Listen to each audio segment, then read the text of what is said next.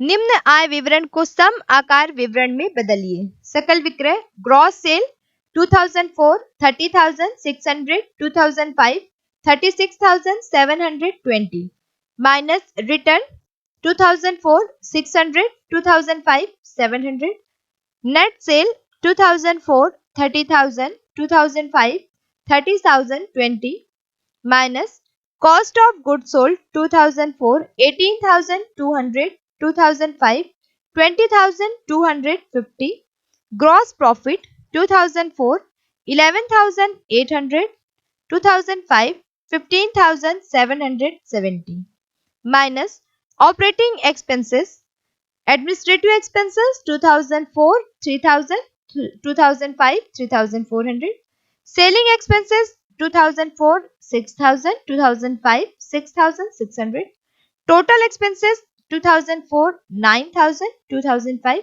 10,000.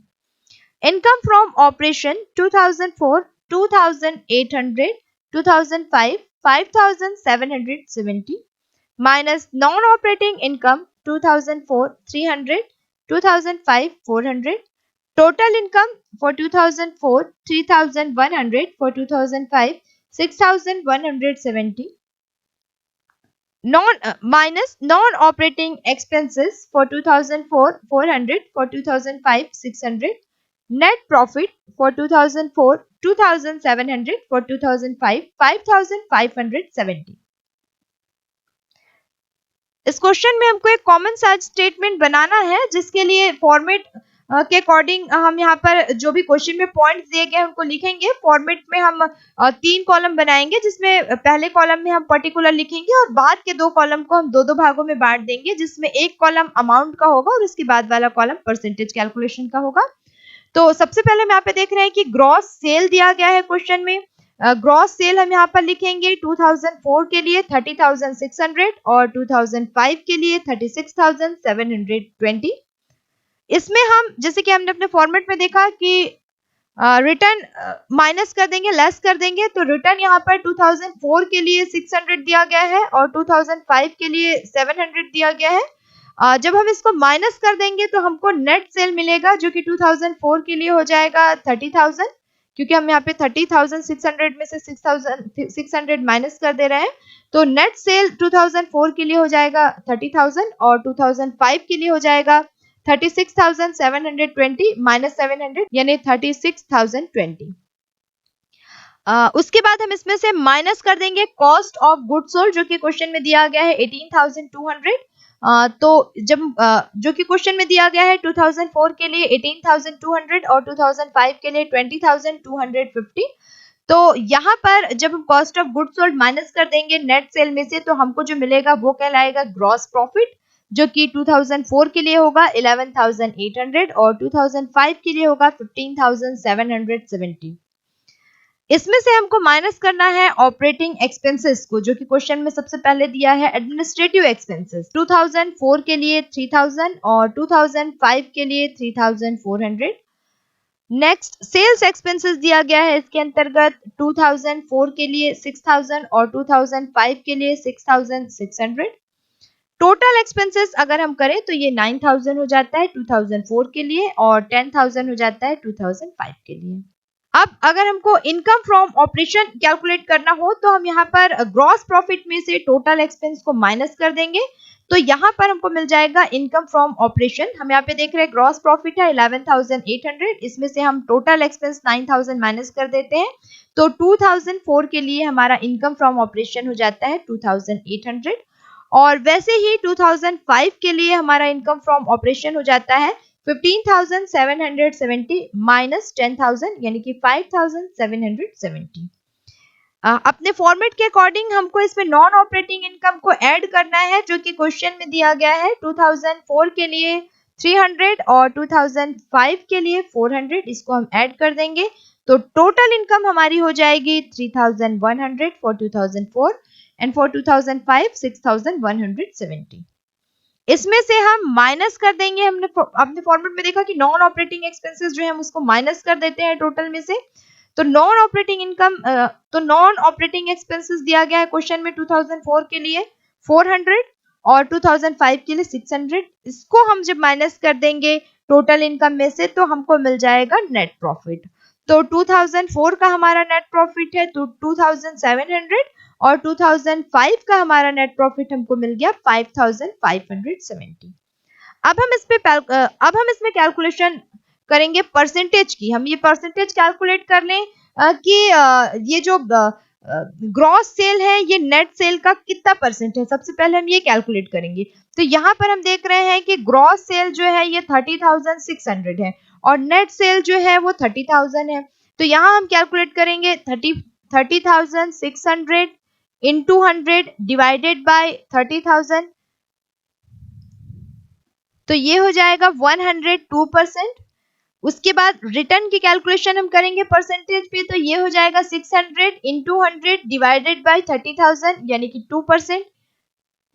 और नेट जब हम सेल कैलकुलेट करेंगे तो हमने देखा कि ग्रॉस सेल में हम रिटर्न माइनस कर रहे थे, तो यहाँ पे परसेंटेज में भी हम माइनस करेंगे यानी कि 102 माइनस 2 यानी 100% नेट सेल में आ जाएगा। और बिल्कुल ऐसे ही 2005 के लिए भी हम कर लेंगे यानी 36,720 जो ग्रॉस सेल है उसका हम परसेंटेज निकालेंगे नेट सेल पे। तो ये हो जाएगा 36,720 इंटू 100 डिवाइडेड बाय 36,020। तो ये हो जाएगा 101.94%। और इसी तरह हम इसके रिटर्न की भी कैलकुलेशन कर लेंगे। तो ये हो जाएगा 700 इंटू 100 डिवाइडेड बाय 36,020 यानी कि 1.94%। और इसका नेट सेल अगर हम परसेंटेज पे कैलकुलेट कर लें तो ये हो जाएगा 101.94 माइनस 1.94 यानी कि 100। अब इसमें से हमने cost of goods sold minus की हुई है तो इसका भी हम इसी तरह से परसेंटेज कैलकुलेट कर ले जो कि हम ग्रॉस प्रॉफिट पे कैलकुलेट करेंगे। तो ये हो जाएगा 18,200 इंटू 100 डिवाइडेड बाय 11,100। तो ये आएगा आपका 60.67% फॉर 2004। और इसी तरह से हम अगर इसको टोटल में निकालें तो क्योंकि माइनस हमको करना है कॉस्ट ऑफ गुड्स सोल्ड को तो हम नेट सेल 100 में से 60.67% माइनस करेंगे तो हमको ग्रॉस प्रॉफिट का जो परसेंटेज है वो मिल जाएगा 2004 के लिए 39.33%। और बिल्कुल इसी तरह हम 2005 के लिए भी कैलकुलेशन करेंगे यानी कि ये जो हम कॉस्ट ऑफ गुड्स सोल्ड की कैलकुलेशन करेंगे परसेंटेज पे वो होगी ग्रॉस प्रॉफिट के बेस पे। तो ये हो जाएगा 20,250 इंटू 100 डिवाइडेड बाय 15,770 और ये आएगा 56.22%। और ग्रॉस प्रॉफिट का टोटल भी हम इसी तरह कैलकुलेट कर देंगे क्योंकि हमने नेट सेल में से cost of goods sold minus करके ग्रॉस प्रॉफिट निकाला है तो परसेंटेज भी हम माइनस कर देंगे यानी कि 100 माइनस 56.22। तो 2005 के लिए टोटल ग्रॉस प्रॉफिट परसेंटेज आ जाएगा 43.78%। ऑपरेटिंग एक्सपेंसेस का परसेंटेज हम कैलकुलेट कर लें तो हम सबसे पहले देख रहे हैं कि एडमिनिस्ट्रेटिव एक्सपेंसेस का जो परसेंटेज है वो हम कैलकुलेट करेंगे टोटल सेल पे। तो ये हो जाएगा 3,000 इंटू 100 डिवाइडेड बाय 30,000 यानी कि 10%। और बिल्कुल इसी तरह हम सेल्स एक्सपेंस का भी टोटल सेल नेट सेल पे ही कैलकुलेट करेंगे। तो ये हो जाएगा 6,000 इंटू 100 डिवाइडेड बाय 30,000 यानी कि 20% और टोटल हो जाएगा ये 30%। बिल्कुल इसी तरह 2005 के लिए कैलकुलेशन कर लेंगे हम। तो इसकी भी कैलकुलेशन हम नेट सेल पे करेंगे क्योंकि ये एडमिनिस्ट्रेटिव एक्सपेंसेस है। 3,400 इंटू 100 डिवाइडेड बाय 36,020 जो कि 2005 का नेट सेल है इस पे हम कैलकुलेट करेंगे तो ये आएगा 9.43%। और सेल्स एक्सपेंसेस की भी हम इसी तरह कैलकुलेशन करेंगे तो ये हो जाएगा 6,600 इंटू 100 डिवाइडेड बाय 36,020 यानी कि 18.32%। टोटल हम कर लेंगे इसका दोनों क्योंकि ऐड हुए तो ये हो जाएगा 2005 के लिए 27.75%। इनकम फ्रॉम ऑपरेशन दिया गया है तो यहाँ पर इनकम फ्रॉम ऑपरेशन 2,800 है तो इसकी कैलकुलेशन हमको करनी है नेट सेल पे। नेट सेल यहाँ पर दिया गया है 30,000 और इनकम फ्रॉम ऑपरेशन हम कैलकुलेट करेंगे 2,800 इंटू 100 डिवाइडेड बाय 30,000। तो ये हो जाएगा टोटल 9.33%। और बिल्कुल इसी तरह हम नॉन ऑपरेटिंग इनकम को भी कैलकुलेट कर लेंगे जो कि हो जाएगा 300 इंटू 100 डिवाइडेड बाय 30,000 यानी कि 1%। और टोटल हम इसका लिख देंगे क्योंकि ये ऐड होके आता है टोटल इनकम में, तो टोटल इसका आ जाएगा 10.33। बिल्कुल इसी तरह 2005 के लिए हम कर लेंगे, तो 2005 का इनकम फ्रॉम ऑपरेशन है 5770। इसकी कैलकुलेशन हम कर लें नेट सेल पे, तो ये हो जाएगा 5770 इंटू 100 डिवाइडेड बाई 36,040, तो ये हो जाएगा 16.01%। और इसी तरह हम नॉन ऑपरेटिंग इनकम की कैलकुलेशन कर लें टोटल सेल पे यानी नेट सेल पे, तो ये हो जाएगा 400 इंटू 100 डिवाइडेड बाई 36,020, तो ये आ जाएगा 1.11%। और टोटल अगर हम इनका करें तो ये 2005 के लिए आ जाएगा 17.12%। इसमें से हमने नॉन ऑपरेटिंग एक्सपेंसेस माइनस किए हैं, इनकी कैलकुलेशन हम कर लें, तो नॉन ऑपरेटिंग एक्सपेंसेस हमारा 400 है। इसकी कैलकुलेशन भी हम नेट सेल के बेस पे ही करेंगे परसेंटेज की, तो ये हो जाएगा 400 इंटू 100 डिवाइडेड बाई 30,000 1.33%। और 2005 के लिए हो जाएगा 600 इंटू 100 डिवाइडेड बाई 36,020 जो कि नेट सेल है उसकी, तो ये हो जाएगा 1.66%। और नेट प्रॉफिट हम निकाल लें क्योंकि हमने ऑपरेटिंग एक्सपेंसेस को माइनस करके नेट प्रॉफिट निकाला है, तो परसेंटेज में भी हम यहाँ पर माइनस कर देंगे, यानी कि 10.33 माइनस 1.33 यानी 9% फॉर 2004 एंड 17.12 माइनस 1.66 यानी कि 15.46 फॉर 2005। निम्न सूचनाओं से सम आकार आय विवरण तैयार कीजिए। शुद्ध विक्रय 2010 1 lakh, 2011 1 lakh, cost of goods sold 70% for 2010, 70% of sale for 2011, 74.8% of sale. Operating expenses 2010 8,000, 2011 9,000. Income tax rate for 2010 50%, for 2011 50%. इस क्वेश्चन में हमको कॉमन साइज इनकम स्टेटमेंट बनाना है जिसमें हमको 2010 और 11 के जो पॉइंट्स दिए गए हैं उनको लिखना है। तो यहाँ पर हम एक फॉर्मेट बनाएंगे जिसमें हम सबसे पहले पर्टिकुलर लिखेंगे, उसके बाद एब्सोल्यूट अमाउंट को हम 2010 और 11 में बांट देंगे और वैसे ही परसेंटेज ऑफ नेट सेल को भी हम 2010 और 11 दो भागों में बांट देंगे। तो सबसे पहले हम इसमें लिखेंगे नेट जो कि 2010 का है 1 लाख और 2011 का है 1 लाख।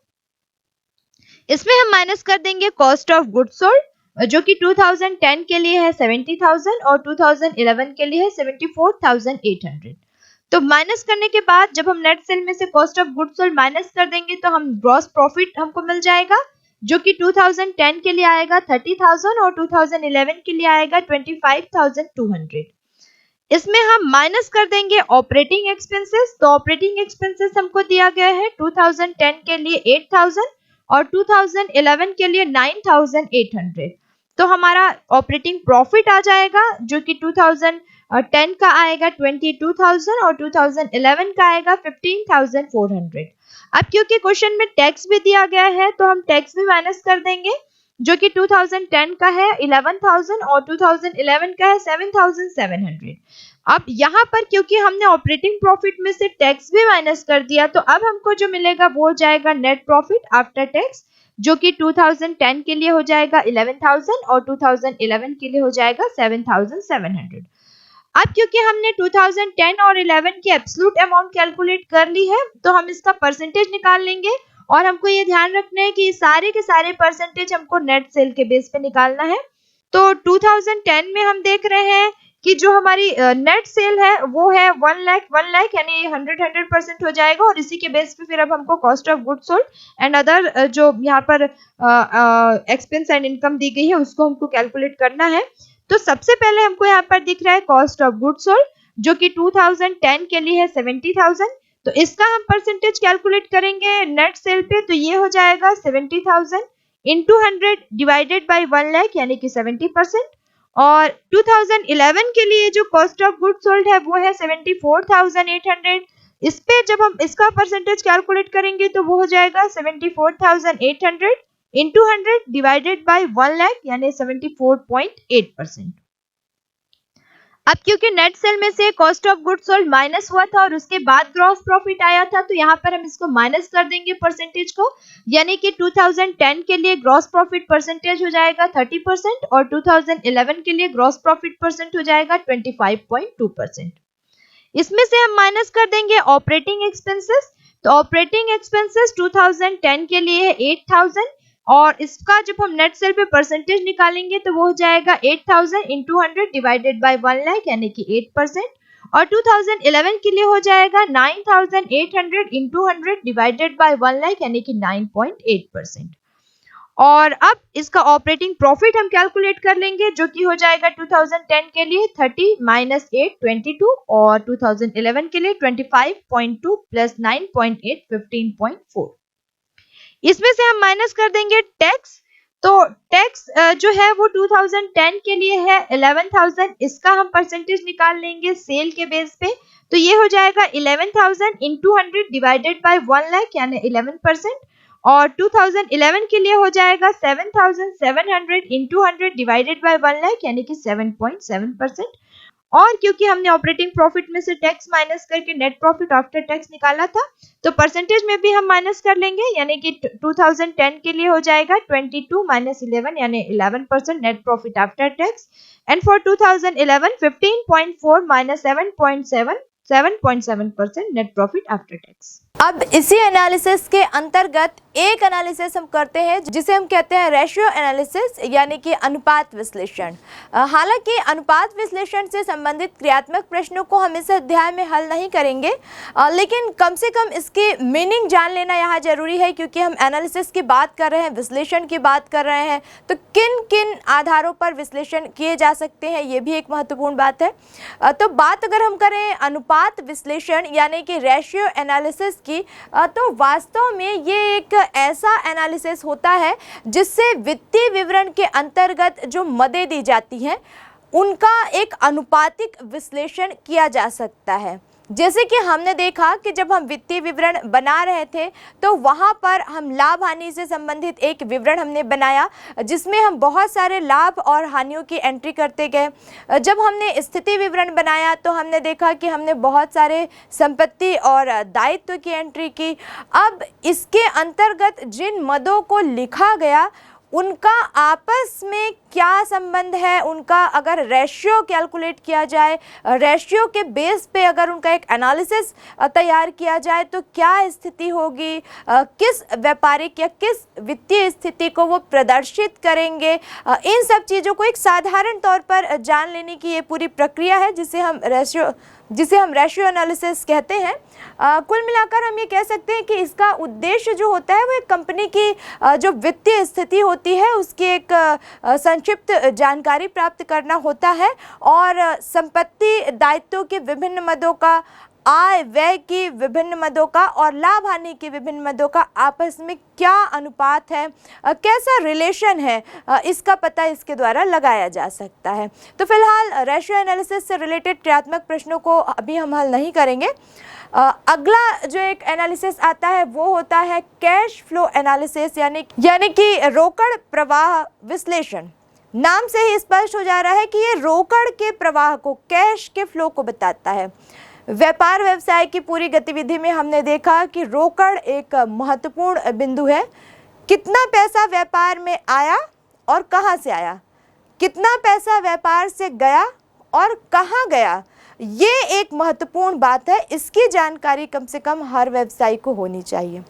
तो कैश फ्लो के माध्यम से हम एक ऐसा स्टेटमेंट तैयार करते हैं जिससे बहुत आसानी से ये पता चल जाता है कि कहाँ से पैसा हमारे पास आया, किन किन मदों से आया और कहाँ कहाँ पर हमने उस पैसे को खर्च किया, और इसके बाद रोकड़ की हमारे व्यवसाय में क्या स्थिति है। अब इस तरह का एनालिसिस हम इसलिए करते हैं ताकि कैश की एक्चुअल जो पोजीशन है, वास्तविक जो स्थिति है, उसका पता लगा के हम उसके आधार पर बजट बना सकें, या हम कह सकते हैं कि भविष्य की हम योजनाएं बना सकें या व्यावसायिक नियोजन कर सकें। बात करें अगर हम कैश एनालिसिस की, तो कुछ इस तरह के फॉर्मेट में हम इसको तैयार करते हैं। इस अध्याय में नहीं, लेकिन फिलहाल आगे के अध्याय में हम कैश एनालिसिस को बहुत अच्छे से जानेंगे और इसके क्रियात्मक प्रश्नों को हल करेंगे। और फिलहाल ये जान लें कि इस तरह के प्रारूप में कैश फ्लो बनाया जाता है। दूसरी एक महत्वपूर्ण बात ये कि जब हम कैश फ्लो बनाते हैं तो ये 3 भागों में बटा होता है। कैश फ्रॉम ऑपरेटिंग एक्टिविटी, दूसरा होता है कैश फ्रॉम इन्वेस्टिंग एक्टिविटी और तीसरा होता है कैश फ्रॉम फाइनेंसिंग एक्टिविटी।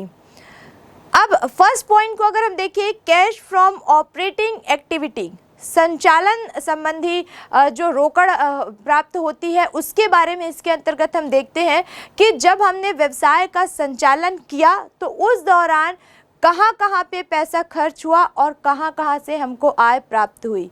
हमने कच्चा माल खरीदा, हमने मशीनें, अगर हमने कच्चा माल खरीदा तो वहाँ पर हमको कुछ खर्च करना पड़ा। हमने निर्मित माल बनाया, वहाँ हमको कुछ खर्च करना पड़ा।